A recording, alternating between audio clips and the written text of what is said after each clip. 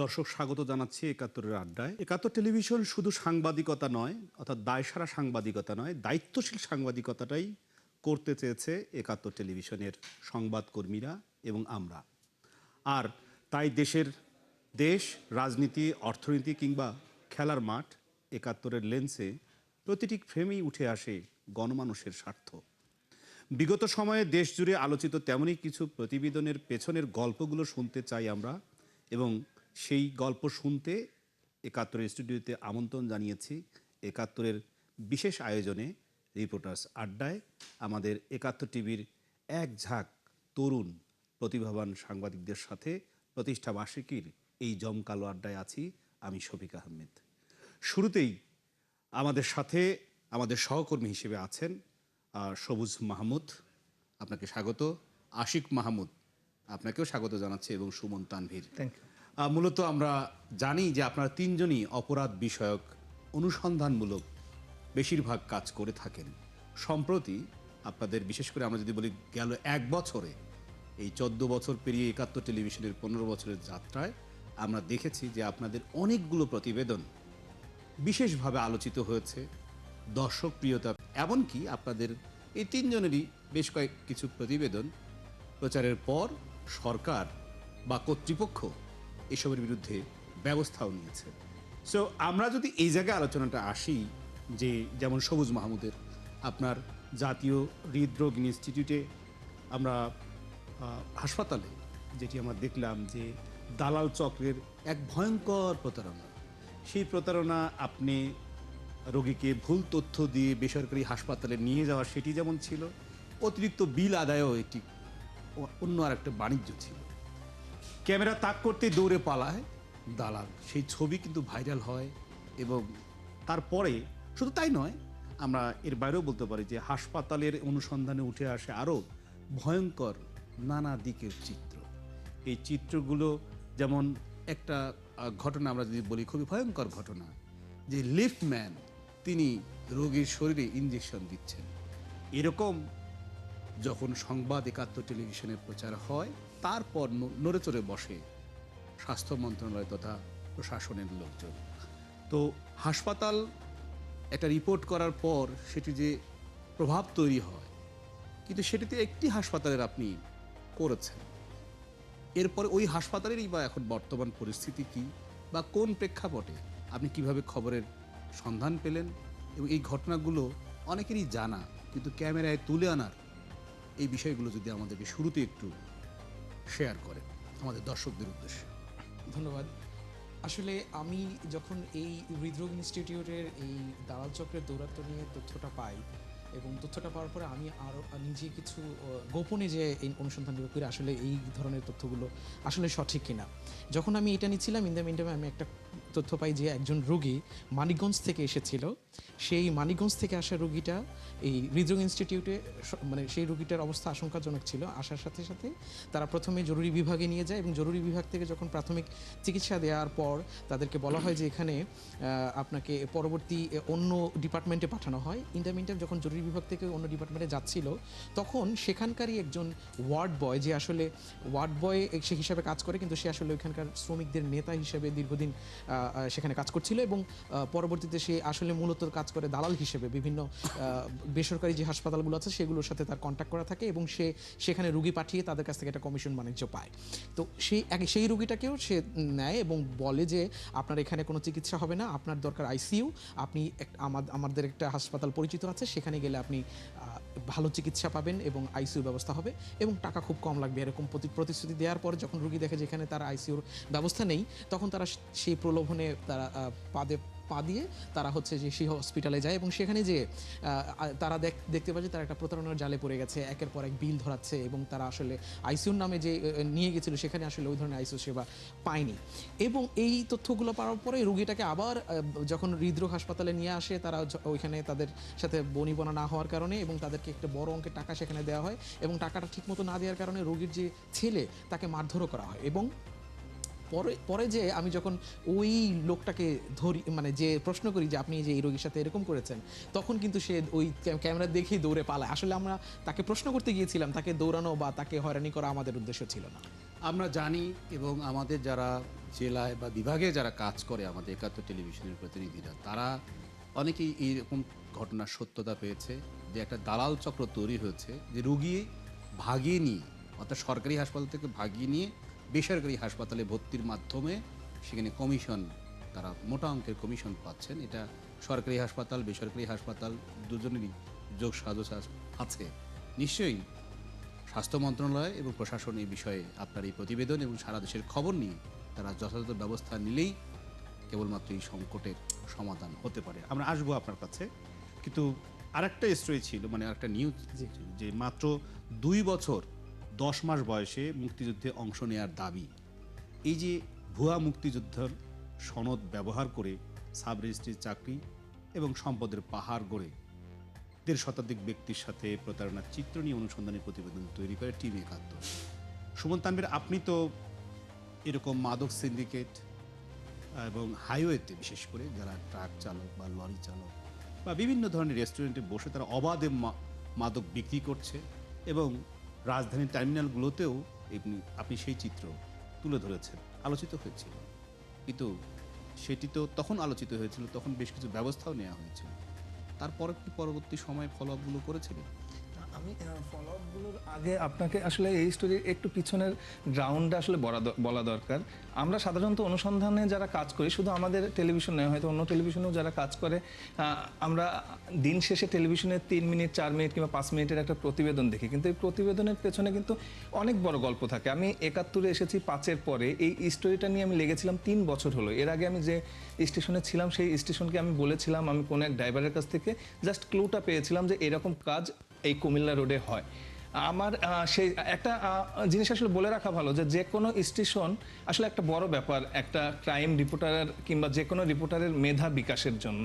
আমি যত প্রতিভাবানই হই, আমার ইনস্টিটিউশন যদি আমার সাপোর্টে না থাকে, আমি কিন্তু আসলে সেটা দেখাতে পারবো না। যার জন্য আমি প্রেক্ষাপটটা বললাম যে আমি সেই সময় চেয়েছিলাম, কিন্তু সেই সময় লজিস্টিক সাপোর্ট থেকে শুরু করে আনুষঙ্গিক সাপোর্ট কিন্তু আমি পাইনি। 5-এর পরে আমি যখন এখানে আসলাম, দেন আপনাদের সঙ্গে যারা আপনি আছেন সিওর সঙ্গে যখন কথা বললাম, আপনারা এক বাক্যে যখন বললেন হ্যাঁ কাজটা করতে পারেন, দেন আমি কিন্তু প্রথমে সিভিলে, মানে আমি ব্যক্তিগতভাবে ওখানে গিয়েছি, গিয়ে আমি ওই জায়গাগুলো আসলেই কাজটা করে কিনা, কারণ আমি আপনার কাছ থেকে অ্যাসাইনমেন্ট নিলাম, নিয়ে গিয়ে দেখলাম আসলে হয় না। তখন তো আমি যেহেতু নতুন একটা স্টেশনে এসেছি, আমার মুখ থাকবে না। সো আমি গোপন ক্যামেরা নিয়ে সেখানে গেলাম এবং একটা টাকা আমি নিজের টাকা দিয়ে ভাড়া করলাম।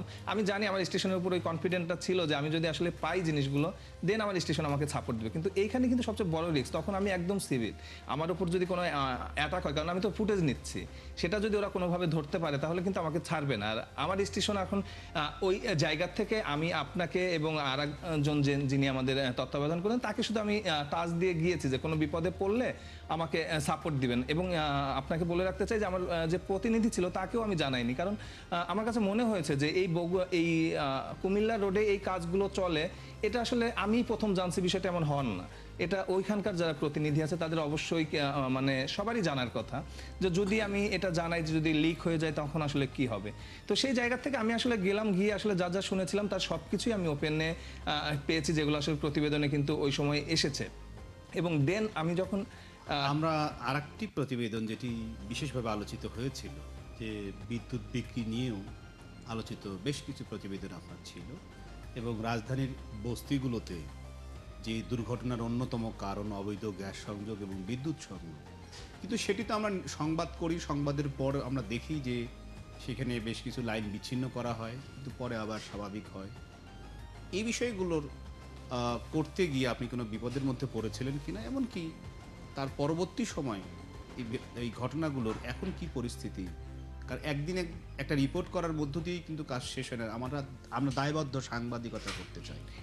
বিপদের কথা যদি বলেন, আমি বিদ্যুতের বিপদের আগে আমি এই আমাদের যে মাদকের কাজটা ছিল, এইটাতে অনেক বড় বিপদে আমি পড়েছিলাম। আমি যদি একটু আপনার সাথে শেয়ার করি যে আমাদের ক্রাইম রিপোর্টগুলো করার সময় না মাইক্রো সেকেন্ডের ব্যবধান, আপনি মাইক্রো সেকেন্ডে যদি আপনার সিদ্ধান্ত হেরফের হয়ে যায়, আপনি একটা বিরাট বিপদে পড়ে যাবেন। আমরা যখন টার্মিনালের মাদক নিয়ে কাজ করতেছিলাম, সাইদাবাদ টার্মিনালে আমরা যখন গেলাম, আমরা ওখানে সিভিলে আগে ফুটেজগুলো সব সংগ্রহ করেছি, এবং ফাইনালি আমরা যেদিন ক্যামেরা নিয়ে গেলাম, আমাদের দেখে সবাই দৌড় দিয়ে পালালো। ওই পর্যন্ত ঠিক ছিল, জাস্ট 10 মিনিট সময় দিচ্ছে আমাকে। 10 মিনিটের ভিতর ওরা ঘিরে ধরছে এবং 11 মিনিটের মাথায় ওরা অস্ত্র বের করছে। এখন একটা আপনার সামনে যখন অস্ত্র বের করে ফেলছে, আপনি তখন কি করবেন? আপনি কি সিদ্ধান্ত নেবেন যে আপনার কি করার আছে? ওখানে দাঁড়াইলে গুলি করবে, আবার আপনি দৌড়ে পালালে আপনার জন্য আসলে একটা কি অপেক্ষা করছে আপনি আসলে জানেন না। ওই মাইক্রো সেকেন্ডের সিদ্ধান্তে কিন্তু আমরা ওখান থেকে সেফলি বের হয়েছি। এটা হচ্ছে একটা রিপোর্টারের আসলে একদম ইনস্ট্যান্ট আসলে আপনার যে প্রেক্ষাপট আপনি মোকাবেলা করবেন কিংবা সিদ্ধান্ত নেবেন, এটা একটা বড় ক্যাপাসিটি। আবার আপনি যেটি বলছিলেন যে আপনি এই বিদ্যুতের বিষয়টা, আমরা দীর্ঘদিন লেগেছিলাম। আমাদের জানা ছিল যে ডেস্কো ডিপিডিসির যে পোলগুলো আছে, এই পোলগুলো থেকে বিদ্যুৎ এই বস্তিগুলোতে যায়, এটা আমরা জানি। এখন কখন ওরা ওঠে, কখন বিদ্যুৎগুলো দেয়, এই জিনিসগুলোর পেছনে কিন্তু আমরা প্রায় 1 মাস লেগেছিলাম, এবং 1 মাসের ভেতরে আমরা পেয়েছি যে ওদের একদম পোলে ওঠা অবস্থায় আমরা পেয়েছি। এখন আপনার বুঝতে হবে যে এখন আপনার কাছে আমি যদি এভাবে আসি, যেহেতু আমাদের সময় সংক্ষেপের একটা ব্যাপার আছে, যে কোনো প্রতিবেদন 71 টেলিভিশনের দর্শকরা আপনাদের কাছে প্রত্যাশা করে যে সেটির পরবর্তী অবস্থা কি, এরকম ঘটনা কি শুধু রাজধানীর বস্তিগুলোতে, নাকি অভিজাত এলাকাও আছে, নাকি অন্যান্য শহরে আছে, বিভাগে আছে, সে বিষয়গুলো নিশ্চয়ই আপনি এবছর দর্শকদের যে চাহিদা, দর্শকদের যে প্রত্যাশা, তা পূরণে আপনি কাজ করবেন। আমি আসতে চাই, রাজধানীর অপরাধ জগতের হটস্পট বলা হয় মোহাম্মদপুর। সো এই মোহাম্মদপুরের একেবারে বড় অনেকগুলো ঘটনা, দিবালোকে, চাপাতি, দা এবং কিশোর গ্যাং সহ সর্বশেষ আমরা আরেকটি ঘটনা দেখলাম, জনাব আশিক মাহমুদ আপনি কভার করেছেন, যে জঙ্গল সলিমপুর। এই পুরো ঘটনাটা আপনি যদি জেনেভা ক্যাম্প সহ আপনি একটু মানে আপনার একটি অভিজ্ঞতা বা আপনার একটু এ বিষয়ে ভবিষ্যৎ পরিকল্পনা কি, যে কতদূর হলো, কতদূর করার বাকি থাকে? ধন্যবাদ আপনাকে। মোহাম্মদপুর আসলে ঢাকার মধ্যে একটি অপরাধের রাজধানীতে পরিণত হয়েছে। যদি বলা হয় যে এটি আরেকটি জঙ্গল সলিমপুর, তা বললেও ভুল হবে না। কারণ মোহাম্মদপুরের এত বড় একটি এরিয়া, নতুন নতুন বেশ কয়েকটি হাউজিং তৈরি হয়েছে, যেগুলো আসলে আইন শৃঙ্খলা রক্ষাকারী বাহিনীর নিয়ন্ত্রণের বাইরে। এই জায়গাগুলোতেই আসলে মূলত অপরাধগুলো সংঘটিত হচ্ছে, বিশেষ করে চুরি, ছিনতাই, ডাকাতি, চাঁদাবাজি, জমি দখল, বাড়ি দখল এবং কিশোর গ্যাংয়ের যে তাণ্ডব, এটি আসলে নিত্যদিনের ঘটনা। এবং এই কিশোর গ্যাংয়ের যে তাণ্ডব এবং এই জমি দখল, বাড়ি দখল, চাঁদাবাজি, এইগুলোর পেছনে প্রত্যক্ষভাবে পরোক্ষভাবে রাজনৈতিক দলের নেতারা নানানভাবে তাদেরকে পৃষ্ঠপোষকতা করে, যে কারণে আসলে এই যে অপরাধের যে চিত্র, অপরাধের যে অপরাধীদের যে আপনি ধরন, যখন এই রাজনৈতিক দলের কথা বললেন, যখন তাদের নাম পরিচয় তুলে ধরছেন, সেই সমস্ত রাজনৈতিক দলের যারা নেতা, যারা তার দায়িত্বশীল, তারা কি তাদের বিরুদ্ধে কোনো ব্যবস্থা গ্রহণ করছে? আমাদের রিপোর্টের পরে আমরা মোহাম্মদপুর এবং জেনেভা ক্যাম্প নিয়ে ধারাবাহিকভাবে প্রতিবেদন যেমন করেছি, এখনও করছি। এবং প্রতিবেদন হওয়ার পরে যে সকল নেতাকর্মীর বিরুদ্ধে অভিযোগ এসেছে, আমাদের প্রতিবেদনের পরে অনেককে বহিষ্কার করা হয়েছে, অনেককে গ্রেপ্তার করা হয়েছে, বেশ কয়েকজনের পদ স্থগিত করা হয়েছে, এমন বেশ কিছু ঘটনা ঘটেছে। এবং পরবর্তীতে আবার কয়েকজনের পদ ফিরিয়েও দেওয়া হয়েছে, এমন ঘটনাও ঘটেছে। এবং সর্বশেষ আমরা জেনেভা ক্যাম্প মোহাম্মদপুরের কিন্তু আরেকটি বিস্ফোরা। কারণ এই জেনেভা ক্যাম্পের যে মাদক, এই মাদকটাই কিন্তু পুরো মোহাম্মদপুর এবং রাজধানীতে ছড়িয়ে যায়। এবং এই মাদককে কেন্দ্র করে মাদকের টাকা জোগাড় করতে এই যে কিশোর গ্যাং সদস্যরা, তারা একটি পর্যায়ে এই যে চুরি, ছিনতাই, ডাকাতি বা এই যে চাঁদাবাজির ঘটনায় বা এই জমি দখলের যে কর্মকাণ্ড, এটাতে তারা লিপ্ত হয়। এবং তাদেরকে তো এক ধরনের শিশু সন্ত্রাসী থেকে শুরু করে এলাকার স্থানীয় যারা সন্ত্রাসী বা যারা অসাধু রাজনৈতিক যে সকল কর্মকর্তা, যারা চাঁদাবাজিতে লিপ্ত, তারা তো তাদেরকে ব্যবহার করছে। এবং এই মাদককে কেন্দ্র করে আসলে এই মোহাম্মদপুর কেন্দ্রিক অপরাধ বাণিজ্যটা খুব বেশি হচ্ছে। আপনার একজন আপনি একজন সংবাদকর্মী হিসেবে সরকার, বিশেষ করে স্বরাষ্ট্র মন্ত্রণালয় এবং আইন শৃঙ্খলা বাহিনী, তাদের কাছে আপনার কোনো সুপারিশ মনে হয় যে এরকম একটা ব্যবস্থা নিলে এই যে কিশোর গ্যাং, মাদক কেনাবেচা, এগুলো সব বন্ধ করা সম্ভব? এই জায়গাটাতে আমার কাছে মনে হয়েছে যে এই যে জেনেভা ক্যাম্পের যে মাদক, এই মাদকের যে রুটগুলো আছে, অর্থাৎ মাদক যে জেনেভা ক্যাম্পে ঢুকছে, এই ঢোকার পয়েন্টগুলো যদি বন্ধ না করা যায়, মাদক ঢোকাটা যদি বন্ধ না করা যায়, তাহলে আসলে এই মাদকের যে বিস্তার, এটি আসলে রোধ করা সম্ভব না। আর এই যে যারা আসামিরা গ্রেপ্তার হচ্ছে, তারা যে প্রতিনিয়ত জামিনে বের হয়ে এসে আবারও একই অপকর্মে লিপ্ত হচ্ছে, এটিকে আসলে বন্ধ করতেই হবে। কারণ এটিকে বন্ধ করতে হবে, এবং এজন্য যদি সরকারের স্বরাষ্ট্র মন্ত্রণালয় এবং আইন শৃঙ্খলা বাহিনী যদি জোরালো পদক্ষেপ গ্রহণ করে, তাহলেই কেবল সম্ভব।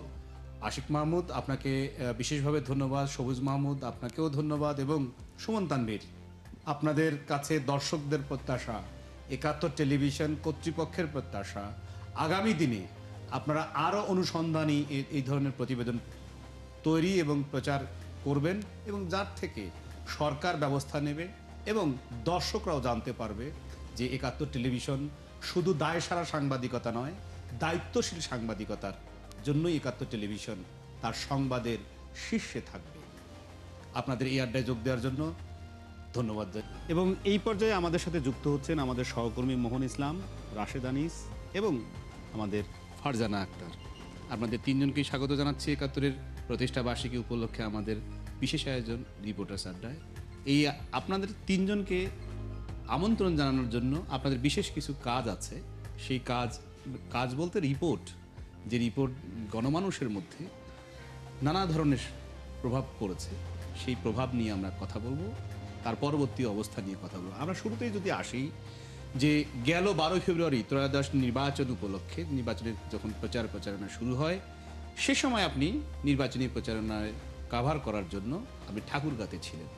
ঠাকুরগাঁ থাকা অবস্থায় সৈয়দপুর এয়ারপোর্টে একটি বড় অঙ্কের টাকা আমরা আইনশৃঙ্খলা বাহিনী বিমানবন্দরে আটক করে। কিভাবে খবর পেলেন, কিভাবে পরিচয় নিশ্চিত হলেন এবং তার পরবর্তী সময় আপনি কিভাবে কাজটি করবেন? ধন্যবাদ আপনাকে। আপনি জানেন যে আসলে আপনি নিজেও আসলে মাঠের রিপোর্টার, আপনার আমাদের মতো আমাদের থেকে আরও বেশি আইডিয়া রয়েছে। আমরা যখন আসলে আমি ঠাকুরগাঁতে এই নির্বাচনী কাভারেজ দিচ্ছিলাম, তখন ওই দিনটা ছিল নির্বাচনের প্রচারণা শেষ দিন এবং তখন ব্যাংক বন্ধ, আপনি জানেন, এবং বিকাশে মাত্র 1000 টাকা আপনার ট্রানজ্যাকশন করার মতো এক ধরনের ছিল, এর বাইরে ছিল না। তখন আমরা খবর পেলাম। শুরুতে আমরা প্রাথমিক সোর্সে পেলাম। আমাদের তো আসলে বিভিন্ন জায়গায় সোর্স থাকে যে সৈয়দপুর বিমানবন্দরে একজন মানুষের কাছে প্রায় 55 লাখ টাকা পাওয়া গিয়েছে। তো শুরুতে আমরা এটা চেষ্টা করলাম জানার। আমরা মাঠ পর্যায়ে প্রথম ভেরিফিকেশন করার চেষ্টা করলাম এবং আমরা সৈয়দপুর বিশেষ করে নীলফামারী এসপির সাথে কথা বললাম এবং জানলাম তিনি জামায়াতে ইসলামীর তখনকার ঠাকুরগাঁ জেলার যে পরিচালনা কমিটি নির্বাচনী, সেই কমিটির তিনি সভাপতি এবং তিনি টাকার সহ সেখানে আটক হয়েছেন। টাকাটার কোনো ধরনের আপনার যে ভ্যালিডিটি বা যে টাকাটা আসলে কিসের জন্য তিনি নিয়ে এসেছেন, কার থেকে এনেছেন, সেই বিষয়টা বলতে পারছেন না। তখন আমরা আসলে এই খবরটা যখন শুনলাম, জানলাম অফ দ্য রেকর্ড, আসলে আমাদের সাংবাদিকতার কিছু এথিক্স থাকে, অফ দ্য রেকর্ডে তো আমরা বলতে পারি না। এটা কনফার্মেশন করার জন্য আমরা আবারও তাকে বললাম যে আপনি কনফার্ম করলে আমরা এটা দিতে পারি এবং তিনি অফিসিয়ালি আমাদেরকে বললেন হ্যাঁ এটা তিনি আটক হয়েছেন এই টাকা সহ এবং তিনি জামায়াতে ইসলামের রাজনীতির সাথে সম্পৃক্ত এবং নির্বাচনের সময় আপনি জানেন তখন আমরা এটা ব্রেকিং দিলাম এবং আমি তৎক্ষণাৎ সেই ঠাকুরগাঁ জেলার এসপিকে আমি সাথে সাথে রিচ করলাম, আমরা লাইভে তাকে যুক্ত করে তার থেকে যে ধরনের তথ্য আমাদের নেওয়া সেই তথ্যগুলো নিলাম, টাকা আসলে কোথায় পেয়েছে, কী নিয়ে এসেছে। এবং ওই দিনে আমরা আসলে এই রিপোর্টের উপরে বেস করে সারা দেশেই অনেক আলোচনা হয়েছে, সেটা আপনিও জানেন, ঢাকায় প্রতিক্রিয়া এবং সেখানে স্থানীয় পর্যায়ে প্রতিক্রিয়া।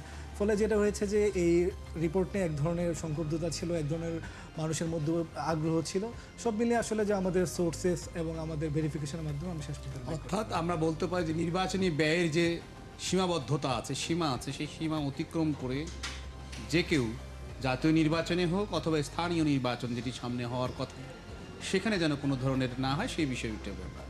আমরা আসবো আপনার কাছে, কিন্তু আমাদের আরেক সহকর্মী রাশেদ আনিস এই জুলাই আগস্টের আন্দোলন থেকে শুরু করে তার পরবর্তী সময় তিনি এনসিপির সব ধরনের সংবাদ সংগ্রহ করেন, বিশেষ করে যারা ছাত্র প্রতিনিধি হিসেবে, যারা উপদেষ্টা হিসেবে দায়িত্ব নিয়েছিলেন অন্তর্বর্তী সরকারের, তাদের একটি বক্তব্য জনমনে ব্যাপক সাড়া পড়ে যে উপদেষ্টারা সেফ এক্সিট চাচ্ছেন।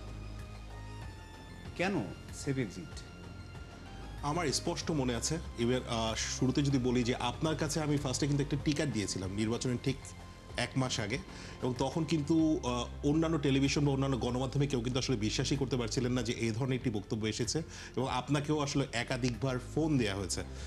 মূলত নাহিদ ইসলাম, যিনি এনসিপি আহ্বায়ক, তার একটি বিশেষ ইন্টারভিউ আমি নিয়েছিলাম এবং সেখানে কিন্তু তিনি বলেছেন যে উপদেষ্টারা তাদের আখের গোছাচ্ছেন আসন্ন ত্রয়োদশ নির্বাচন, অর্থাৎ এটি নেওয়া হয়েছিল অক্টোবর মাসে 2025 সালের, এবং তার পাশাপাশি কিন্তু তারা সেফ এক্সিট খুঁজছে। এবং উনি কিন্তু বলেছিলেন যে পরবর্তীতে কারা কারা আসলে আখের গোছাচ্ছে এবং সেফ এক্সিট খুঁজছে সেই বিষয়গুলো কিন্তু তিনি পরিষ্কার করবেন।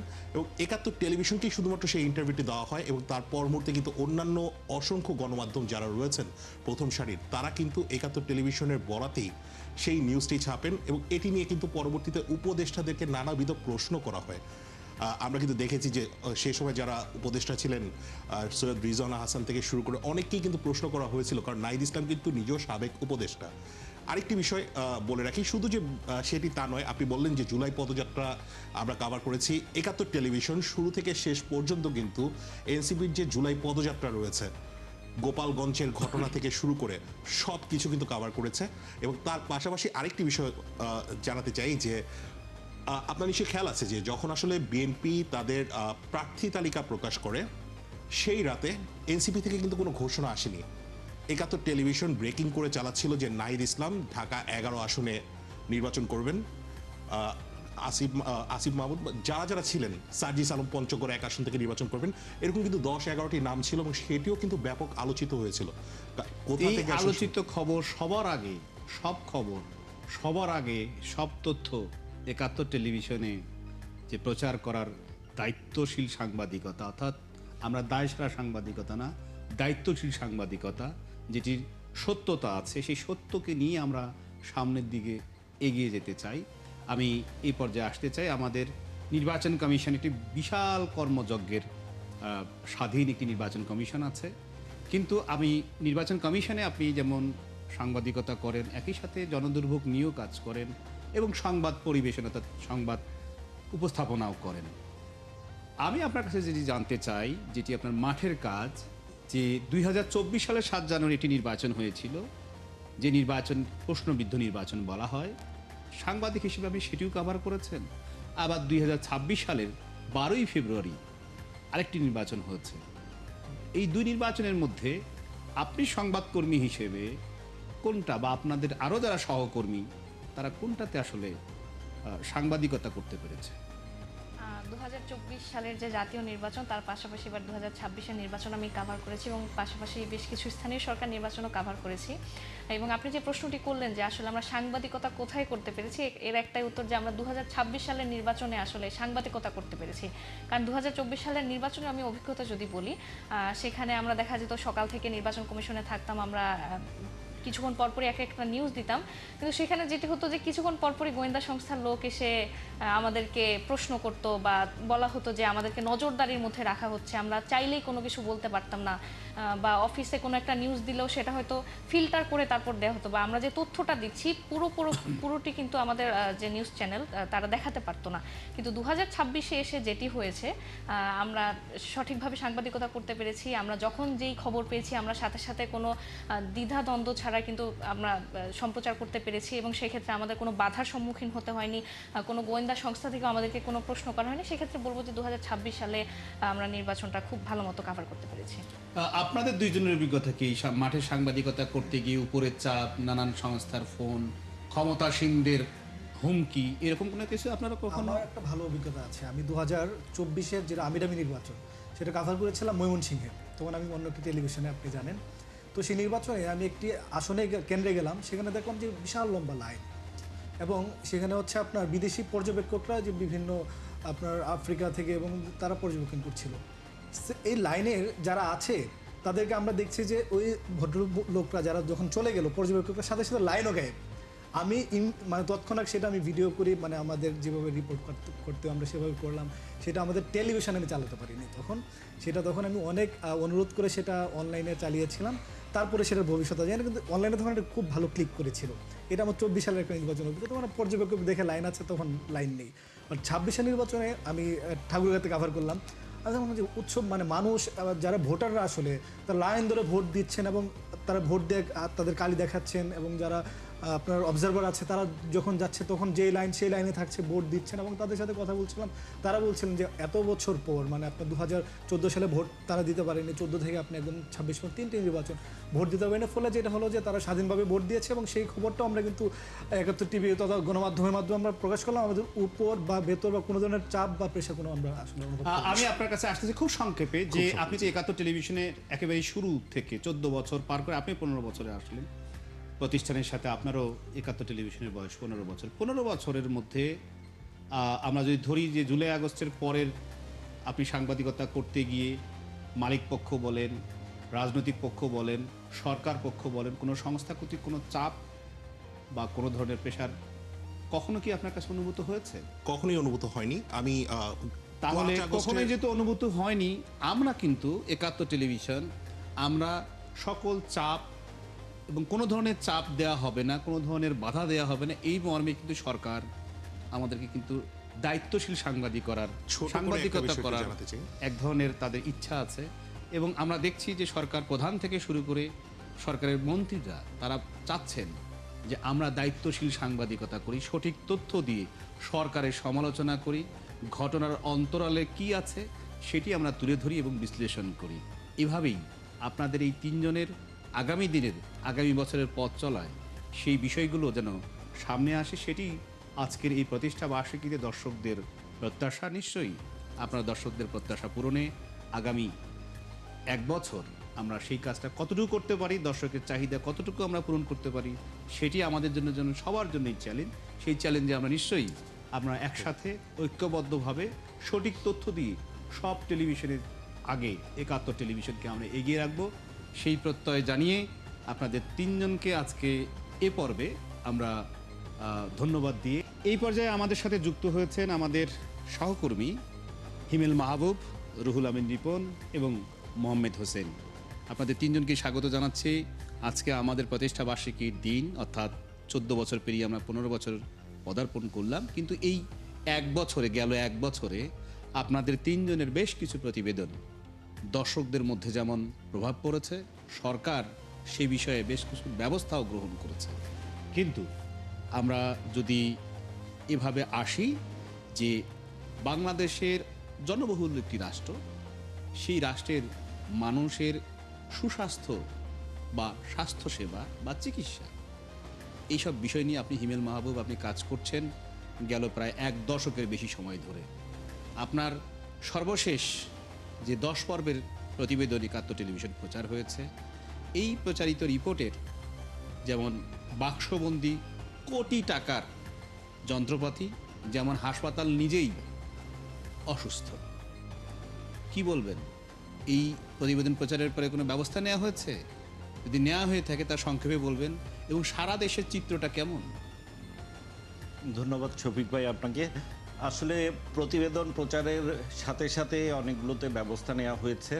আমরা প্রথম পর্বে করেছিলাম যে মাগুরা মেডিকেল কলেজ হাসপাতাল, যেখান থেকে 8 বছর ছাত্র ভর্তি করা হয়েছে, 3টি ব্যাচ বেরিয়ে ডাক্তার হয়ে গেছে, কিন্তু এখন পর্যন্ত মেডিকেল কলেজটি কোথায় নির্মাণ হবে সেটি ঠিক হয়নি এই 8 বছরে। এবং এই যে ছাত্র যারা বেরোচ্ছে তাদের কিন্তু অ্যাক্রিডিটেশন পেতে হলে কিছু ক্যাটাগরি আছে, যে নিজস্ব ক্যাম্পাস থাকতে হয়, খেলার মাঠ থাকতে হয়, জিমনেশিয়াম থাকতে হয়, খালি লেখাপড়া করলেই কিন্তু হবে না।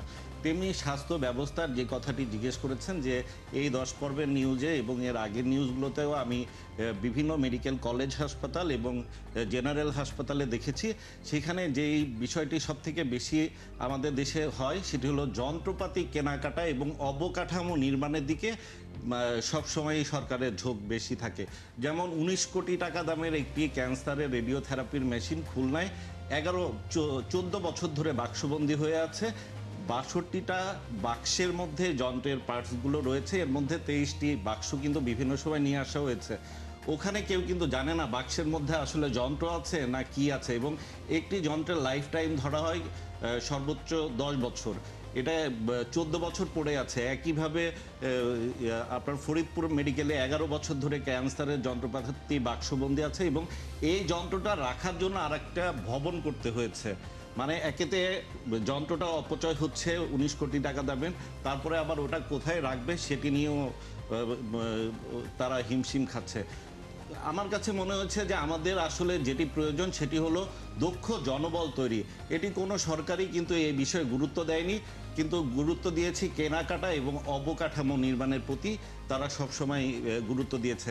আপনার সাথে যখন কথা বলছিলাম ঠিক তার 2-3 মিনিট আগে একটি মেসেজ পেয়েছি আমি, যে খুলনা মেডিকেল কলেজে 2টি সিটি স্ক্যান মেশিন, একটি নষ্ট একবারে 10 বছর পার হয়ে গেছে, আর একটি মেশিন 2 বছর ধরে নষ্ট পড়ে আছে। সেটি ওই মেশিনটা যাতে সব পার্টস নষ্ট না হয় এজন্য কিন্তু বৈদ্যুতিক সংযোগ এবং এসি চালিয়ে রাখতে হয়েছে, কিন্তু সেই সিটি স্ক্যান মেশিন থেকে কিন্তু রোগীরা সেবা পাচ্ছেন না। আমাকে মেসেজ দিয়েছে যে আজকে সেটি চালু হয়েছে। আপনি জানেন যে নিউজটি গত মাসে প্রচার হয়েছিল, এবং এই যারা ঠিক মানে আমরা এটা ধরে নিতে পারি যে একাত্তর টেলিভিশন যদি সঠিক তথ্য দিয়ে কোনো প্রতিবেদন প্রচার করে সে বিষয়ে সরকার বা যেসব দায়িত্বশীল সংস্থা আছে তারা তার প্রতিকারের ব্যবস্থা এখন গ্রহণ করছে এবং আমরা এই ধারা অব্যাহত রাখি, তাহলে আমরা যে দায়িত্বশীল সাংবাদিকতা করতে চাই, দায়সারা সাংবাদিকতা না, দায়িত্বশীল সাংবাদিকতা, সেটি আমাদের এবারের এই আগামী 2000 আমরা বলি 26 থেকে 27, আমরা যে 15তম বছরে আমরা সেটি করে দর্শকদের আমরা আস্থা অর্জন করতে চাই, মানুষের সাথে 71কে সবার আগে তথ্য এবং সংবাদ পৌঁছে দিতে চাই। আপনি থাকবেন আমাদের সাথে। আমরা এই পর্যায়ে আসতে চাই রুহুল আমিন দীপন। আপনি অর্থনৈতিক, ব্যাংক, বিমা, এনবিআর, শুল্ক গোয়েন্দা এই ধরনের রিপোর্টগুলো করেন, কিন্তু নির্বাচনের আগে আপনারা নির্বাচনী হলফনামা নিয়ে, যেটি গত 3টি নির্বাচন 2008, 2014, 2018 এবং 2024 এই 4টি নির্বাচনের মধ্যে নানা ধরনের বিষয় ছিল এবং শেষ পর্যায়ে আমরা 18 সালের পর দেখলাম যে হলফনামার তথ্যই বন্ধ করে দেওয়া হলো। কিন্তু 2026 সালের নির্বাচনকে কেন্দ্র করে আপনারা বেশ কিছু হলফনামা তুলে ধরলেন। এই হলফনামা তুলে ধরতে গিয়ে আপনারা কতটুকু করতে পেরেছেন এবং কোনো ধরনের বাধা বিপত্তি প্রতিষ্ঠানের দিক থেকে বা কোনো সংস্থার দিক থেকে, যেটি আগে এক ধরনের আমরা বলি চাপ ছিল, এখন কি কোনো ধরনের চাপ অনুভব করেন? নির্বাচনী হলফনামা একটা গুরুত্বপূর্ণ বিষয়। ধরেন মানুষ ভোট দিবেন, হাজার হাজার মানুষ, লাখ লাখ মানুষ একজন প্রার্থী বেছে নেবেন এবং সারা দেশে 300 প্রার্থী মানুষ বেছে নেবেন, প্রায় 10 কোটি 12 কোটি ভোটার, যারা সংসদে যাবেন এবং 5 বছরের জন্য দেশ পরিচালনা করবেন। তো এই মানুষগুলোর চেহারা কেমন, এই মানুষগুলা নিজেরাই কতটা স্বচ্ছ আর্থিকভাবে, এই মানুষরা নিজেরাই কতটা রাষ্ট্রের প্রতি দায়বদ্ধ, তারা কর দেন কিনা, নিজের সম্পদের সঠিক হিসাবটা সরকারকে দেন কিনা, তারা সম্পদ গোপন করেছেন কিনা, এই জিনিসগুলো কিন্তু হলফনামার মধ্যে কিছুটা হলেও আসে। তো আমরা এই নির্বাচনের আগে শুধু আমি না, আমার পুরো বিজনেস ডেস্ক এর অন্য সহকর্মীরাও সবাই আমরা খুব গুরুত্ব সহকারে এই হলফনামাগুলো বিশ্লেষণ করি এবং সেক্ষেত্রে আমরা বেশ কিছু প্রার্থীর, বিশেষ করে যারা প্রভাবশালী মুখ, গণমাধ্যমে যাদের প্রায় দেখা যায়, দলের শীর্ষ ফোরামে যাদের দেখা যায়, যারা নানান ধরনের কথাবার্তা বলেন, যাদের কথা আমরা শুনি, আমরা এরকম বেশ কিছু মুখের হলফনামা যাচাই বাছাই করি এবং সেখানে আমরা দেখি যে তাদের নানা রকম অসঙ্গতি। তো এরকম একটি রিপোর্ট আমি নিজেও করি, প্রায় 5জন প্রার্থীর হলফনামা বিশ্লেষণ করি। তার মধ্যে বিএনপির প্রার্থী ছিলেন, জামায়াতের প্রার্থী ছিলেন, স্বতন্ত্র প্রার্থী ছিলেন। তো রিপোর্ট প্রচার হওয়ার পর আমাদেরকে একটি আইনি নোটিশ পাঠানো হয়, দাবি করা হয় যে আমরা যে তথ্য দিয়েছি সেটি সঠিক নয়, আমরা যদি এজন্য এই রিজয়েন্ডার না দেই তাহলে আমাদেরকে আদালতে নেওয়া হবে, এরকম একটি আইনি নোটিশ আমাদের কাছে আসে। কিন্তু আমাদের অফিস আমাদেরকে বলে যে ঠিক আছে, নোটিশ এসেছে, খুব ভালো, কিন্তু আমরা আরও অনুসন্ধান করে দেখতে চাই যে আরও মানে এই যতটুকু হলফনামায় এসেছে এর বাইরেও আরও কোনো অনিয়ম আছে কিনা। পরবর্তীতে আমরা আরও অনিয়ম করি, যিনি আমাদেরকে নোটিশ পাঠিয়েছিলেন, আমরা দেখি যে তার এবং তার স্ত্রীর দেশে বিদেশেও সম্পদ রয়েছে যেগুলো হলফনামায় ঠিকভাবে প্রদর্শিত হয়নি। পরে আমরা নির্বাচনের আগে সেই রিপোর্টটাও প্রচার করি এবং এটি ব্যাপক সাড়া ফেলে। যাই হোক, এরকম বেশ কিছু প্রতিবেদন, আপনি জানেন যে আপনার এই প্রতিবেদনগুলো নিয়ে এখন যে সংসদ চলছে, অধিবেশন চলছে, সেই অধিবেশনেও, বাজেট অধিবেশনেও এমনি তুমুল বিতর্কে কিন্তু সরকারি দল এবং বিরোধী দলের মধ্যে তারা বিতর্ক করছেন, তুলছেন। তো 71 টেলিভিশনের একটা সফলতা এটি যে সংবাদ প্রচার করলে যদি আমরা বস্তুনিষ্ঠ, সেটা কেউ যদি আইনের কোনো ব্যাখ্যা দিয়ে আমাদেরকে বা কোনো উকিল নোটিশ দিয়ে আমাদের কাছে জবাব চান, আমরা যেহেতু সঠিক তথ্য, আপনারা যেহেতু সঠিক তথ্য দিয়ে প্রতিবেদন তৈরি করেন, তো আমাদের কোনো ভয় পাওয়ার কারণ নেই এবং আমরা ভবিষ্যতেও সঠিক তথ্য দিয়ে যে কোনো ধরনের বিষয়। এখানে একটা বিষয় খুবই উল্লেখযোগ্য, যেমন আমরা যখন প্রতিবেদনটা করতে যাই তখন ধরেন অনেকেই আমরা মনে করেছিলাম যে ধরেন এইটা তো বিভিন্ন রাজনৈতিক দলের এগেনস্টে যাচ্ছে, প্রতিবেদনটা কতদূর আমরা রাখতে পারবো। কিন্তু আমাদের মানে সেই অফিস থেকে, সেটা ম্যানেজমেন্ট হোক বা অফিসের অন্য কোনো অংশ হোক, মালিক পক্ষ, বা কোনো ধরনের চাপ আমরা মানে কোনো ধরনেরই আমাদের এখানে কোনো ধরনের এমবার্গো ছিল না এবং বড় উৎসাহই ছিল, যে কারণে আমরা এটা একটা রিপোর্ট করার পর আরও একটা রিপোর্ট করি এবং আমার আরও 2-1 সহকর্মী আরও 2-1টা বিষয়, বিশেষ করে ঋণ খেলাপি ইস্যুতেও বেশ কটা রিপোর্ট প্রচার করে এবং সারা দেশে সেগুলো ব্যাপক আলোড়ন তৈরি করে এবং ওইসব প্রার্থীরা ভোটের মাঠে আমাদের এই রিপোর্টগুলো কাউন্টার করতে তাদের যথেষ্ট বেগ পেতে হয়েছিল। কিন্তু তো আমরা বলবো যে এই 71 টেলিভিশন একটা নতুন একটা যাত্রার মধ্য দিয়ে যাচ্ছে। যেখানে এই নতুন যাত্রা, নতুন যে আমরা ফর্মুলায় কাজ শুরু করেছি, নতুন যে পদ্ধতি, সঠিক তথ্য দিয়ে আমরা যে কোনো ধরনের প্রতিবেদন প্রস্তুত এবং তা প্রচার করতে পারি, সেই ধারা আপনারা নিশ্চয়ই অব্যাহত রাখবেন জি। এবং সেটি একাত্তর টেলিভিশনের দর্শক শ্রোতা যারা আছেন, একাত্তর টেলিভিশনকে যারা ভালোবাসেন, বিশ্বাসযোগ্য সংবাদ যারা দেখতে চান, তাদেরকেও আমরা আহ্বান জানাবো একাত্তর টেলিভিশনের সংবাদে বিশ্বাস রাখুন। সঠিক তথ্য ছাড়া একাত্তর টেলিভিশন কোনো ধরনের প্রতিবেদন প্রচার করে না। আমি আসবো আপনাদের কাছে, কিন্তু মোহাম্মদ হোসেন, আপনি মূলত রাজনৈতিক সংবাদ সংগ্রহ করেন, কিন্তু রাজনৈতিক সংবাদের মধ্যেই নানা ঘটনা প্রবাহ থাকে। আমরা দেখেছি যে এই 26-এর নির্বাচনের সময় আপনি নানা প্রান্তে নির্বাচনী জনসভা কভার করেছেন। তার পরবর্তী সময় এখন প্রধানমন্ত্রী সংবাদ সংগ্রহ করেন, প্রচার করেন, অন্যান্য মন্ত্রীদেরও আপনি সংবাদ সংগ্রহ করেন এবং এর বাইরে কিছু অন্য ধরনের প্রতিবেদন আপনি প্রস্তুত এবং তা প্রচারের জন্য ই করেন। এই প্রতিবেদনগুলো করার ক্ষেত্রে সরকার অনেক সমালোচনা নিতে পারে না, কিন্তু এই সরকার, বর্তমান সরকার কি আপনার কাছে সেরকম কোনো কিছু মনে হয়? ধন্যবাদ শফিক ভাই আপনাকে। এটা আমার জন্য সৌভাগ্য বলতে হয়। দীর্ঘ 2 দশকেরও বেশি সময় আপনি সাংবাদিকতা মাঠের সাংবাদিকতা করেছেন, রাজনীতিবিদে কাজ করেছেন এবং আমার অভিজ্ঞতা থেকে আমি যেটা বলতে চাই সেটা হচ্ছে যে 5 আগস্টের আগে তরুণদের মধ্যে এক ধরনের রাজনীতি বিমুখতা ছিল, রাজনীতির প্রতি বিতৃষ্ণা ছিল। 5 আগস্টের পরে রাজনীতি সচেতনতা বেড়েছে আমার কাছে মনে হয়।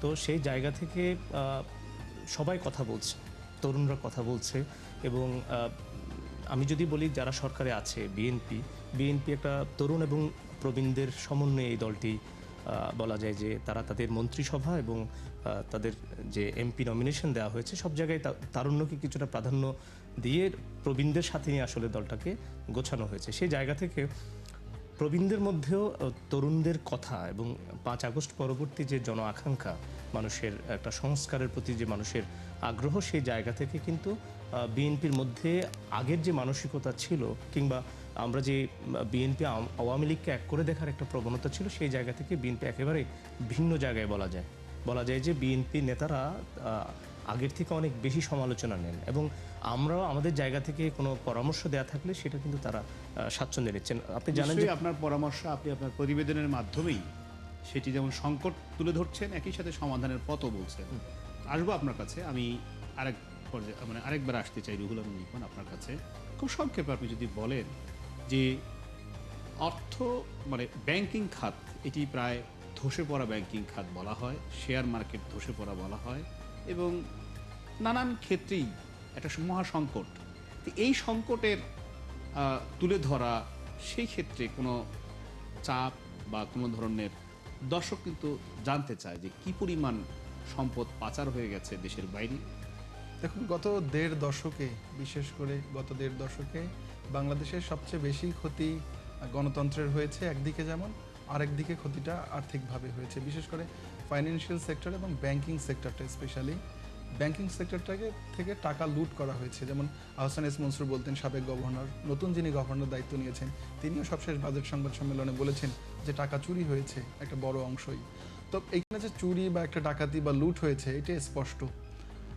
তবে একটা বিষয় এখানে, যে আমরা ইকোনমিক রিপোর্টিং যারা করি, এই চুরিটা যে হচ্ছে এটা কিন্তু বিভিন্ন গণমাধ্যমে এর কিন্তু একটা বড় অংশই উঠে এসেছে। তবে 5 আগস্টের পর সেই উঠে আসাটা আরও ব্যাপকভাবে হয়েছে, আরও স্বাধীনভাবে হয়েছে এবং সেখানে 71 বিজনেস এবং 71 টেলিভিশন একটা উল্লেখযোগ্য কন্ট্রিবিউশন করছে। আমি নিজেও, বিশেষ করে আপনি যদি কর ফাঁকির কথা বলেন, আমি অনেকগুলো প্রভাবশালী গোষ্ঠীর কর ফাঁকি নিয়ে রিপোর্ট করেছি 71 টেলিভিশনে 5 আগস্টের পর। আমার অন্যান্য সহকর্মীরা, আমি নিজেও ইসলামী ব্যাংক নিয়ে বেশ কটা রিপোর্ট করেছি। এই 71 টেলিভিশনে ইসলামী ব্যাংকে কিভাবে সামরিক ক্ষমতা ব্যবহার করে দখল করা হয়েছে, সাবেক প্রধানমন্ত্রীর কার্যালয় থেকে কিভাবে নির্দেশনা আসতো, সেই তথ্যগুলো আমরা প্রচার করেছি। আমার অন্যান্য সহকর্মী যারা আছেন, যারা বিভিন্ন বিটে কাজ করছেন, একইভাবে প্রকল্পে কিভাবে লুটপাট হয়েছে সেই বিষয়গুলো তারা তুলে ধরেছেন। ব্যাংকিং খাতে লুটটা কারা কিভাবে করছে সেই প্রতিনিয়ত সেই আপডেটগুলো কিন্তু তারা দিচ্ছেন এবং আমরা মনে করি 5 আগস্টের পর সাংবাদিকতায় ইকোনমিক জার্নালিস্টরা আগে থেকেই একটু ভোকাল, এবং 5 আগস্টের পর তারা আরও অনেক বেশি সোচ্চার হয়েছে, এবং 71 এটার একটা গুরুত্বপূর্ণ অংশীদার হয়েছে, এবং যেইটা আমরা এখন মাঠে গেলে আমরা বুঝতে পারি, এবং আমরা আগের চেয়ে এখন অনেক বেশি মানুষ আমাদেরকে তথ্য দিতে চায়, আমাদেরকে মানে মানুষ সহযোগিতা তথ্য দিতে চায়, মানুষ সংবাদ যেহেতু 71 টেলিভিশন প্রচার করতে পারছে, প্রচার করতে পারছে, সেই সক্ষমতা আমাদের আছে। তো এই ধারা আপনারা অব্যাহত রাখবেন। দর্শকদের যারা আপনাদেরকে তথ্য দিচ্ছেন, তথ্যের সঠিকতা যাচাই করার পরে নিশ্চয়ই আগামী দিনে সেসব প্রতিবেদন তৈরি করবেন। আমরা সর্বশেষ হিমেল মাহবুব আপনার কাছে আসতেছে খুব সংক্ষেপে, যে স্বাস্থ্যমন্ত্রী 71 টেলিভিশনে এসেছিলেন, তিনি দেশের বাইরে যাবেন, তিনি একটি কথা বলেছেন যে 71 টেলিভিশনের কাছে তার প্রত্যাশা যে শুধু অতীতে যেসব দুর্নীতি হয়েছে সেসব যেমন তুলে ধরতে হবে, একই রকমভাবে তাদের এই সময়ও যদি কোনো ধরনের অনিয়ম, কোনো ধরনের দুর্নীতি হয় সেটিও তারা তুলে ধরার আহ্বান জানিয়েছেন বস্তুনিষ্ঠভাবে। আপনি তার এই প্রত্যাশাকে পূরণ করার জন্য আমরা 71 টেলিভিশনের স্ক্রিনে দেখতে কি পাবো? ইনশাল্লাহ শফিক ভাই, যে আপনি প্রথম থেকেই আমাদের নানাভাবে বিশেষ করে স্বাস্থ্য খাত নিয়ে সবসময়ই গুরুত্ব দিয়েছেন। তবে আমি আপনার মাধ্যমে আজকে এবং কর্তৃপক্ষের দৃষ্টি আকর্ষণ করতে চাই একটি বিষয়ে। এখন একটি বিষয়, সেটা হলো চিকিৎসকদের অবহেলায় রোগীর মৃত্যু, কিংবা রোগী প্রায়ই দেখা যায় যে বিভিন্ন হাসপাতালে চিকিৎসকরা অ্যাসল্ট হচ্ছেন, মারধরের শিকার হচ্ছেন। এখানে দায়টা কার? এখানে কিন্তু রোগীদের সাথে চিকিৎসকদের মুখোমুখি করিয়ে দেওয়া হয়েছে। এটা কিন্তু সামনে আমি খুব বড় একটা শঙ্কার জায়গা দেখতে পাচ্ছি। একজন রোগী যে মারা গেল, এখানে যে চিকিৎসকের ভুল চিকিৎসা আছে এটার প্রমাণ কিভাবে করে? তো আমাদের একটা কমিটি হয়, কোনো কমিটিকে আজ পর্যন্ত রিপোর্ট দিয়েছে যে এই ভুলের কারণে রোগীটা মারা গেছে? কিছু অনেক ডাক্তার আছে যে দিনরাত পরিশ্রম করেন, আবার রোগীরা কখন যায়? একদম যখন 11th আওয়ারে খুব মুমূর্ষ হওয়ার পরে হসপিটালে যান, যে সময় অনেকে বাঁচাতে পারেন না। আবার তার মানে এই না আমি ডাক্তারদের পক্ষে ছাপাই গাইছি। আবার আপনি দেখেন একটা হাসপাতালে গেলে রোগীদের যে ভোগান্তি, যে কষ্ট, সেখানে আপনি কিংবা যে কোনো মানুষ গেলে খুব সহজে কিন্তু চিকিৎসা পাওয়া যে কত কঠিন। তো এই সব কিছু আসলে কেন হচ্ছে, এর দায় কার, কিভাবে সমাধান করতে হবে, এটা আগে রাষ্ট্রকে ঠিক করতে হবে। আর সমালোচনা কিংবা আলোচনায় শুধু সমালোচনাও করবো না, আমরা ভালো কাজ করলে নিশ্চয়ই আমরা প্রশংসাও করি। তো আমরাও চাই যে আমাদের যেগুলো তুলে ধরছি সেগুলোতে কাজ হোক, মানুষের কিছুটা উন্নতি হোক, কিংবা স্বাস্থ্যসেবা পাক। তো আমরা সবসময় এটা চেষ্টা করব। এটা শুধু আগামী 1 বছর না, যতদিন এই সেক্টরে কাজ করে যাব, সাংবাদিকতা করে যাব, ততদিনই গণমানুষের কথা বলার চেষ্টা করব আমরা। ধন্যবাদ। আপনাদের এই পর্বে আর কি, বিশেষ করে হিমেল মাহবুব স্বাস্থ্য খাতে আরও অনেক ভালো ভালো অনুসন্ধানী প্রতিবেদন এবং সংকট এবং সমাধানের পথ, এবং রুহুল আমিন রিপন আর্থিক খাতের যত ধরনের অনিয়ম অতীতের এবং বর্তমানের যদি তথ্য বস্তুনিষ্ঠ হয় সেটি আমরা সম্প্রচার করতে কোনো ধরনের কোনো বাধা, কোনো ধরনের কোনো চাপ ভয়ের উপেক্ষা করে আমরা তা সম্প্রচার করব। এবং মোহাম্মদ হোসেন রাজনৈতিক বিষয়ে, রাজনীতিরও কিন্তু অনেক রাজনীতি নির্ধারণ করে দেশের অর্থনীতি, দেশের স্বাস্থ্য, রাজনৈতিকভাবে দেশের নীতি নির্ধারণ তারাই করেন। স্বাস্থ্য খাতে শুধু বেশি বরাদ্দ দিলেই যে স্বাস্থ্য খাত উন্নতি হবে ব্যাপারটা সেরকম নয়। নিশ্চয়ই সেই নীতি গ্রহণের ক্ষেত্রে রাজনৈতিকভাবে কোনটা নীতি ভুল নীতি, কোনটা সঠিক নীতি, সেটিও 71 টেলিভিশনে আগামী 1 বছর আমরা একটা সর্বাত্মক চেষ্টা করে যাব, ঐক্যবদ্ধভাবে একটা চেষ্টা করে যাব সঠিক তথ্য দিয়ে, সরকারকে সঠিক তথ্য দিয়ে আমরা সঠিক পথে পরিচালিত করার জন্য। ধন্যবাদ 71 টেলিভিশন প্রতিষ্ঠাবার্ষিকীর এই রিপোর্টার্স আড্ডায়। এই পর্যায়ে আমাদের সাথে যুক্ত হচ্ছেন আমাদের একেবারেই সিনিয়র সহকর্মী, বিশেষ করে আমরা বলতে পারি যে সুশান্ত কুমার সিনহা এবং পার্থ সঞ্জয় এবং আমাদের রাকিব হোসেন। আমরা আপনাদের তিনজনকেই প্রতিষ্ঠা বার্ষিকীর এই বিশেষ দিনে আমরা স্বাগত জানাই। শুরুতে আসতে চাই যে 71, আমরা গতকাল বলেছি যে 71-এর শক্তি 71-এর শক্তি তার দর্শক। এই যে 71-এর শক্তি 71-এর শক্তি দর্শক, তার মানে 71 মুক্তিযুদ্ধের চেতনা তা ধারণ করে গণতান্ত্রিক বাংলাদেশ বিনির্মাণে এগিয়ে যেতে চায় এবং আমাদের মূল চেতনায় একাত্তরের মহান মুক্তিযুদ্ধের যে আকাঙ্ক্ষা তা বাস্তবায়ন করা। সম্প্রতি আপনি বজলুর রশিদ স্মৃতি পদক পেয়েছেন এবং মুক্তিযুদ্ধ নিয়ে আপনার এই গেল 14 বছরে অসংখ্য কাজ, অসংখ্য প্রতিবেদন আপনি তৈরি করেছেন দেশে এবং দেশের বাইরে, এবং সেসব বিষয়ে আপনি অনেকগুলো পুরস্কারও পেয়েছেন। একাত্তর টেলিভিশনের গতকাল রণাঙ্গনের শ্রেষ্ঠ সন্তানরা এসেছে, তারা বলেছেন, তারা দাবি করেছেন একাত্তর টেলিভিশনের দায়িত্ব মুক্তিযুদ্ধের ইতিহাস সংরক্ষণ করা এবং মুক্তিযুদ্ধের চেতনা থেকে একাত্তর যেন কখনো তার পথ না হারায়, তাহলে বাংলাদেশ পথ হারাবে। এই বিষয়ে আপনি প্রতিবেদন করেন, অনেক তথ্য সংগ্রহ করেছেন, অনেক পুরস্কৃত হয়েছেন। কি করবেন নতুন বছরে? নতুন বছরে যাবার আগে আমি 14 বছরের শেষে 15 বছরে পা রাখার যে ক্ষণের কথা আপনি বললেন, গতকাল আমরা অনেক শ্রেষ্ঠ সন্তানদের পেয়েছি একসঙ্গে।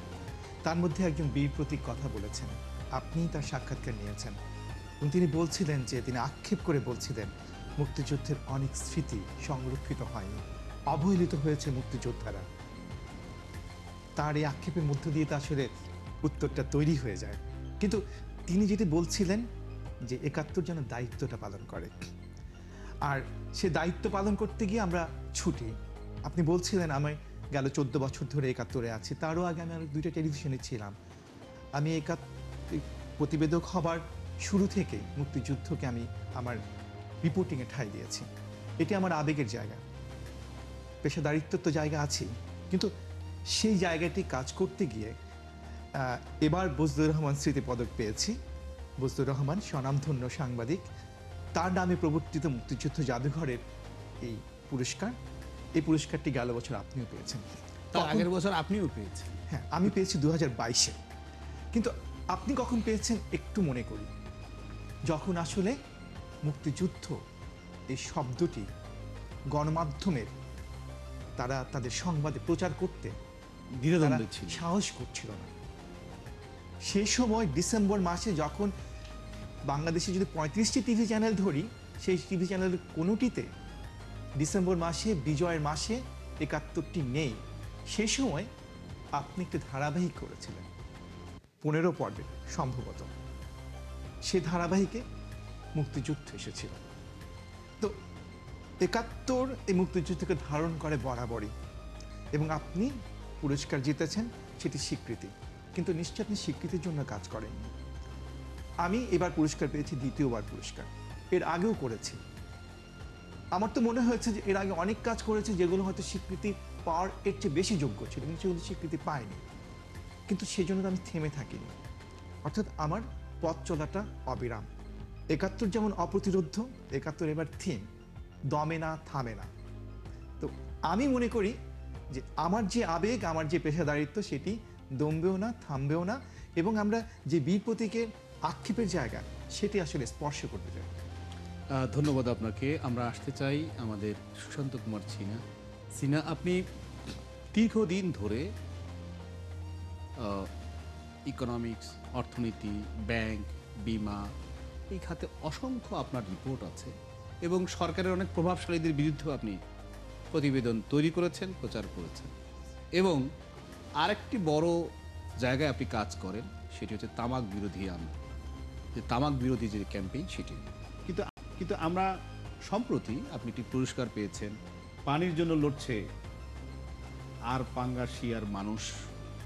মন্ত্রণালয় আছে, মন্ত্রী আছে, পানি ভবন আছে, সুউচ্চ ভবন, সুন্দর ভবন, কিন্তু পানির জন্য লড়ছেন।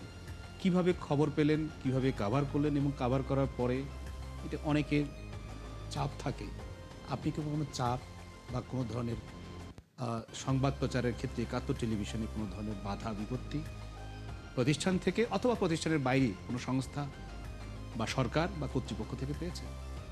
ধন্যবাদ এই আয়োজনে আমাকে যুক্ত করার জন্য। প্রথম কথা বলে রাখি, আমার দীর্ঘ 16 বছরের এই টেলিভিশন সাংবাদিকতায় 71কে আমি দুটো অংশেই পেয়েছি, 5 আগস্টের আগেও পেয়েছি, 5 আগস্টের পরেও পেয়েছি। এই সাংবাদিকতার সময়কালে আমি যে মূল যে জায়গাটা, আমি কৃতিত্বের জায়গাটা আমি বলবো, আমার দিক থেকে অর্জন যেটা 71-এর পক্ষ থেকে আমাকে দেওয়া হয়েছে, স্বাধীনতা। যেমন বাংলাদেশে আপনি যে তামাক নিয়ন্ত্রণের কথা বললেন, দেখুন এইটা এমন একটা ইস্যু যেটা প্রত্যেকেই এটার সাথে কিন্তু যুক্ত। সারা দেশে প্রতিদিন 20 কোটি সিগারেট বিক্রি হচ্ছে, 1 টাকা করে বেশি নিলে 20 কোটি টাকা প্রতিদিন।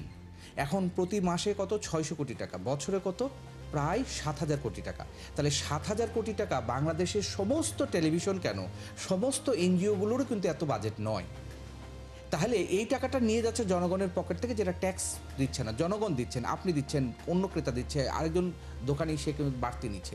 তাহলে এত বড় একটা পাবলিক ফাইন্যান্স থেকে আমরা যদি করাপশন নিয়ে কাজ করি বা দুর্নীতি অনিয়ম, 500 কোটি টাকা না, 1 কোটি টাকা 2 কোটি টাকা হলে স্টোরি করছে, কিন্তু এত বড় একটা ইস্যু আমাদের আসলে একভাবে মিডিয়ার বাইরে থেকে যাচ্ছে। সেই বিষয়টা নিয়ে কাজ করা, বিশেষ করে তাদের যে ফ্যাক্টরিটা রিলোকেশন করার ক্ষেত্রে যে স্টোরিটা আমি 6 মিনিটের করেছিলাম, সেটা 71 ছাড়া অন্য কোনো টেলিভিশনে আমার করার সুযোগ ছিল না।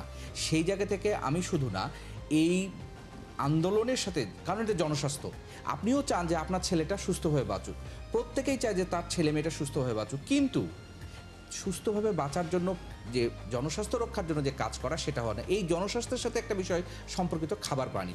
আমি যখন উপকূলে গিয়েছিলাম আরপাঙ্গাশিয়া গাবুরা অঞ্চলে যে মানুষগুলোর কাছে আমার যাওয়ার পর মনে হচ্ছে যে জীবন কত কঠিন। 1 গ্লাস পানি, আমি একটা ছোট্ট উদাহরণ দিই, আমরা মাঠের মধ্যে দিয়ে যখন যাচ্ছি, গাবুরার একটা বাচ্চা ছেলে, এই হয়তো 8-9 বছরের, তাকে আমাদেরই বোতলের 1 গ্লাস পানি একটুখানি দেওয়ার মতো করে তাকে দিয়েছি। সে পানিটা খেয়ে বলছে জীবনে আমি প্রথম খেলাম, মানে ওর ভাষায় বলছে। আমি বললাম, কেন, তোমরা কোত্থেকে পানি খাও? ওই যে হাত দেখাচ্ছে, ভালো করে বলতে পারছে না, কোত্থেকে, পুকুর থেকে। মানে গাবুরা অঞ্চলের মানুষের খাবার পানির একমাত্র জায়গা হচ্ছে একটা পুকুর। এই যুগে এসে তাহলে 15 বছরে আমি স্টোরিটা করেছিলাম, যেটা আজকেও যাচ্ছে, যে আমরা এত উন্নয়ন করলাম, তাহলে 40,000 মানুষের জন্য কি খাবার পানি দিতে পারেনি? আমরা শুনেছি লিবিয়ার গাদ্দাফি তার এলাকার মরুভূমির মধ্যে দিয়ে পানির পাইপলাইন নিয়ে গেছে। আমরা শুনছি অস্ট্রেলিয়া থেকে সিঙ্গাপুর পর্যন্ত মাটির আন্ডারগ্রাউন্ড লাইন হচ্ছে, সমুদ্র নিচ দিয়ে বিদ্যুৎ পরিবহন করা যাবে। তাহলে আরপাঙ্গাশিয়া মানুষের, গ্রামের মানুষগুলো 40,000 মানুষ, তাদের জন্য কি আমরা খাবার পানি দিতে পারবো না? এবং মাসের পর মাস মুন্সিগঞ্জ, আরপাঙ্গাশিয়ার যে জায়গাটা সাতক্ষীরার সুন্দরবনের সংলগ্ন, সেই মানুষগুলো, যেমন এখন সুন্দরবনে ঢোকা বন্ধ আছে, জেলেরা যখন মাছ ধরা বন্ধ থাকে তখন তারা কিন্তু কিছুটা হলেও সরকারি একটা ত্রাণ সহায়তা পায়। কিন্তু সুন্দরবন বন্ধ করে দেওয়া হয়, ওখানে মোয়াল আছে, বাওয়াল আছে, যারা সুন্দরবনকে জীবিকা করে চলে, সেই মানুষগুলোর কথা কিন্তু আমরা বলি না। আজকে একজন অতিথি বলছিলেন, আগামী দিনে, অর্থাৎ আমরা এই 15তম বছরে, এই যে মানুষগুলো, একটি কথা আছে, ভয়েস অফ ভয়েসলেস, 71 টেলিভিশন, যাদের কথা আসে না, সেসব কথা যেন আমরা এবছর আরও বেশি করে আমরা তুলে ধরতে পারি, তাদের সংকট, এবং শুধু সংকট তুলে ধরাই না, তাদের সমাধানেরও পথ কি হতে পারে, সেটি আমরা নিশ্চয়ই সরকার বা কর্তৃপক্ষ এ বিষয়ে ব্যবস্থা নেবেন।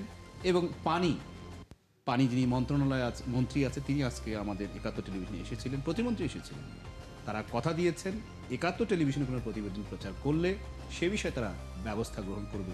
আমরা আলোচনায় ফিরবো আপনার কাছে। আমি রাকিব হোসেনের কাছে যেতে চাই। রাকিব হোসেন, সম্প্রতি আলুর উৎপাদনের সঙ্গে রপ্তানি এবং প্রক্রিয়াজাত শিল্প, চিনি গুঁড়া চালের উৎপাদন এবং কৃষকের ন্যায্য মূল্য, ন্যায্য দাম, এসব নিয়ে সম্ভাবনার কথা এবং পারমাণবিক শক্তি কমিশনের একটি প্রকল্পের দুর্বলতা এবং এর প্রভাবে প্রক্রিয়াজাত মশলা রপ্তানি ক্ষতিগ্রস্ত হওয়ার বিষয়টি তুলে ধরেছিলেন। এজন্য আপনি একটি agro industry media award competition পুরস্কার পেয়েছেন। পুরস্কার পাওয়া বড় বিষয় নয়, কিন্তু প্রতিবেদন শুধু এটি যে আপনি করেছেন ব্যাপারটি তা নয়, এরকম আরও অসংখ্য প্রতিবেদন করছে। এই প্রতিবেদন করার পরে সরকার বা কর্তৃপক্ষ কোনো কি ব্যবস্থা নেয়? আপনার কি এরকম কিছু, বা আপনি কি ধরনের তার সেই প্রতিবেদন প্রচারের উপরে প্রভাব সমাজে বা কর্তৃপক্ষের কাছে দেখতে পান? ধন্যবাদ। এটা আসলে খুব স্বাভাবিক বিষয় যে কোনো জায়গায় যদি কোনো সমস্যা থাকে, আমি সাংবাদিক হিসেবে সেই সমস্যার কথা তুলে ধরা, এবং সেই সমস্যা যদি কর্তৃপক্ষ, যদি সরকারের প্রতিনিধি, তারা যদি না জেনে থাকে, আমার রিপোর্টের মাধ্যমে তাদের সামনে আসে, তাহলে তার সেখানে ব্যবস্থা নেওয়া উচিত। অনেক ক্ষেত্রে ব্যবস্থা নেয়, আবার অনেক ক্ষেত্রে ব্যবস্থা নেয় না। কারণ আমরা দীর্ঘদিন ধরে আমরা একটা সুশাসন প্রত্যাশা করছি, কিন্তু সুশাসন হয়তো পাচ্ছি না, এরকম একটা বিষয়। এই কারণে অনেক জায়গায় অনেক সংকট রয়ে গেছে, যেটা আমরা টাচ করতে পারতেছি না। আমাদের নিউজও সেই জায়গায় হয়তো আমরা এখন পৌঁছাতে পারিনি। তো আমি একটু আমার যে রিপোর্টের কথা আপনি বলছিলেন, সেই জায়গা থেকে একটু বলি। আমাদের আসলে অর্থনীতির শক্তিশালী একটা জায়গা হচ্ছে যে রপ্তানি আয়। চলতি অর্থ বছরেও আমাদের এখানে $55 বিলিয়ন রপ্তানি আয়ের একটা লক্ষ্য সরকার নির্ধারণ করেছে, কিন্তু সেখানে আমরা এখন 11 মাস পার হয়েছে অর্থ বছরের, আমাদের আয় হচ্ছে $44 বিলিয়ন কম, মানে 11 বিলিয়ন এখনো ঘাটতি আছে। তাহলে সেটা এক মাসে সম্ভব না। এবং আমি যদি সেখানে কৃষি পণ্যের কথা বলি, যেটা আমার রিপোর্টে ফোকাসিং পয়েন্ট ছিল, সেখানে আমরা দেখতে পাচ্ছি যে গত অর্থ বছরে প্রায় $1 বিলিয়ন আমরা এখান থেকে আয় করেছি, কিন্তু এই অর্থ বছরে সেটা কমে গেছে, প্রায় 10-12 কোটি ডলারের মতো কমে গেছে। তো সেটা কেন কমে গেছে, আমাদের এত সম্ভাবনা থাকার পরও আমরা কেন পারছি না, সেটা নিয়ে আমি রিপোর্ট করেছি। এবং আমি যদি সুযোগ পাই একটু বলতে চাই যে আমার উৎপাদন আছে, বিদেশের বাজারে চাহিদা আছে, মাঝখানে যে বটলনেক বা আমি যদি এটাকে পাইপ বলি, এটা খুবই সরু এবং এখানে সব জটিলতা। এখানে সব জটিলতা হয়, এবং এই জটিলতা কি আমলাতান্ত্রিক জটিলতা, সুশান্ত কুমার সিনহা? নিঃসন্দেহে এটা আমলাতান্ত্রিক জটিলতা। কারণ দেখুন, রাজনীতিবিদরা আসেন, তারা কিন্তু চলে যান একটা নির্দিষ্ট সময়ের পরে। তাহলে আমলারা কিন্তু জানে যে এই প্রক্রিয়াটা, কারণ তারা বছরের পর বছর একটা মন্ত্রণালয়ের দায়িত্ব পালন করেন, তারা কিন্তু গভর্নমেন্টের যে মেকানিজমটা তারা জানেন, কিন্তু তারা এই কাজটা আসলে করতে চান না। আমাদের একটা আমলাতান্ত্রিক জটিলতার প্রথম কাজ হচ্ছে, যেমন একটা জেলা প্রশাসক 300টা কমিটির সে হচ্ছে সভাপতি। তাহলে 300টা কমিটির সভাপতি হলে একজন জেলা প্রশাসক সে আসলে কী কাজ করবে? একজন টিওনও কিন্তু কমপক্ষে 50 থেকে 60টা কমিটির সভাপতি। তাকে যদি বলেন একটা দায়িত্ব ছেড়ে দিন, সে কিন্তু ছাড়বে না, আবার বলে আমার এত ব্যস্ত, কাজ করতে পারছি না। একইভাবে সরকারের যে মন্ত্রণালয় যারা আছেন, তারা তো জানেন এই প্রবলেমটা আজকের না, রাকিব করেছে আজকে, এর আগে আরও 5 জন করেছে, আরও 10 জন করেছে, আগামীতে রাকিবের পরে আরও 2 জন অন্যরা করবে, কিন্তু এই প্রবলেমগুলো সলভ হচ্ছে না। কারণ আমলাতান্ত্রিক জটিলতাটা হচ্ছে এমন একটা জায়গায় যে বাংলাদেশ ফার্স্ট, এই জায়গায় আসলে আমরা এখনও আমাদের আমলাতন্ত্র দাঁড়াতে পারেনি, অর্থাৎ দেশটা আমার আগে। কারণ গোটা দুনিয়া কিন্তু ওই স্পিরিট থেকেই, আপনি ফুটবল খেলছেন, কুরুসাও যে ছোট্ট একটা দেশ, তারা যখন খেলছে, তার মানে একটা দেশপ্রেম কিন্তু থাকে। আমার সময়কালে এই বাণিজ্য সচিব বা অর্থ মন্ত্রণালয়ের যে এনবিআর এর যিনি চেয়ারম্যান আছে, তারাও তো একটু বলতে পারে যে আমার সময়কালে আমি এটা করে দিয়েছিলাম বলে বাংলাদেশ থেকে যে আলুগুলো সেটা রপ্তানি হচ্ছে। এটা একটা বিশাল কর্মযোগ্য, কিন্তু আমরা বগুড়ায় দেখেছি, আপনার রংপুরে দেখেছি, ওই অঞ্চলের মানুষ কিন্তু আলু এবার ফেলে দিয়েছে, কারণ আলুর দাম নেই, রাস্তায় নষ্ট হচ্ছে। তাহলে উৎপাদিত পণ্য আমরা, ও যেটা বললো যে আমরা আছে, চাহিদাও আছে, কিন্তু আমরা পাঠাতে পারছি না। তার মানে এই যে চ্যানেলের মাঝখানে যে উর্বর হওয়ার কথা যে জায়গাটা, সেটা বালি পড়েছে। আমরা যেটাকে স্টিং দিয়ে হার্টের আমরা ব্লক ছুটাই, তাহলে এইখানে ব্লকটা কেন ছুটানো? এটা রাজনীতিবিদরা চায়। এবারও প্রধানমন্ত্রী বলেছেন যে উনি উন্নয়ন করতে চান। উন্নয়নটা কীভাবে? শিল্পায়নের মাধ্যমে কর্মসংস্থান সৃষ্টি। এই কর্মসংস্থান সৃষ্টি কাজটা গভর্নমেন্ট ফ্যাসিলিটেট করবে পলিসি দিয়ে। সেই পলিসি বানানোর কাজটা কিন্তু আমলারাই করবে। কিন্তু আমাদের আমলাদের এক ধরনের মনস্তান্ত্রিক জটিলতা আছে। আচ্ছা ঠিক আছে, এটা করবো, এই করতে করতে 3 বছর যখন শেষ হয়ে যায়, তখন নির্বাচন আসে। নির্বাচনের পর বলছে নির্বাচনের পর নতুন গভর্নমেন্ট আসলে করবো, আবার ওই শুরু হয়। মানে এই পরিস্থিতিটা আসলে একটা ওয়ান কাইন্ড অফ পিলো পাসিংয়ের মতো চলছে। আর এই পিলো পাসিংটা বাংলাদেশের অর্থনীতির সকল ক্ষেত্রে সকল সংকটের মূল কারণ হিসাবে দাঁড়িয়েছে। নিশ্চয়ই আপনাদের এই অভিমত সরকারের আমলাতন্ত্রে যারা দায়িত্বে আছেন, অর্থাৎ জনপ্রশাসন বলুন বা সরকারের প্রধানমন্ত্রী বলুন বা অন্যান্য মন্ত্রণালয়ে যারা মন্ত্রী, দায়িত্বপ্রাপ্ত মন্ত্রী আছেন, তারা এই আলোচনাগুলোকে আমলে নেবেন এবং ৭১ টেলিভিশন সত্য তথ্য দিয়ে বস্তুনিষ্ঠ সংবাদ প্রচারে কোনো ধরনের পিছপা হবে না। আমরা সত্য দিয়েই আমরা সবার আগে ৭১কে এগিয়ে রাখতে চাই এবং ৭১ মুক্তিযুদ্ধের মূল চেতনা থেকে এক চুলও সরেও দাঁড়াবে না, দমানোও যাবে না। এই প্রত্যয় নিয়ে আমরা এই 14 বছর পার করে 15 বছরে আমরা পদার্পণ করছি এবং আজকের এই প্রতিষ্ঠা বার্ষিকী উপলক্ষে আপনাদের পার্থ সঞ্জয়, সুশান্ত কুমার সিনহা এবং রাকিব হোসেন, আপনাদের 3 জনকে বিশেষভাবে ধন্যবাদ জানিয়ে, দর্শক, আমরা দায় আর দায়িত্ববোধ নিয়ে 14 বছর পেরিয়ে 15তে ৭১ নতুন এই মাইল ফলকে দাঁড়িয়ে আমরা এই কথা দিচ্ছি, ৭১ আরও বেশি গণমানুষের কাছে পৌঁছে যাবে, আরও বেশি দায়িত্বশীল সাংবাদিকতা করবে, কারণ আমরা দায় সারা সাংবাদিকতা করতে চাই না। এই কারণেই আমরা বলেছি ৭১ দমে না, ৭১ থামে না। থাকুন ৭১-এর সাথেই।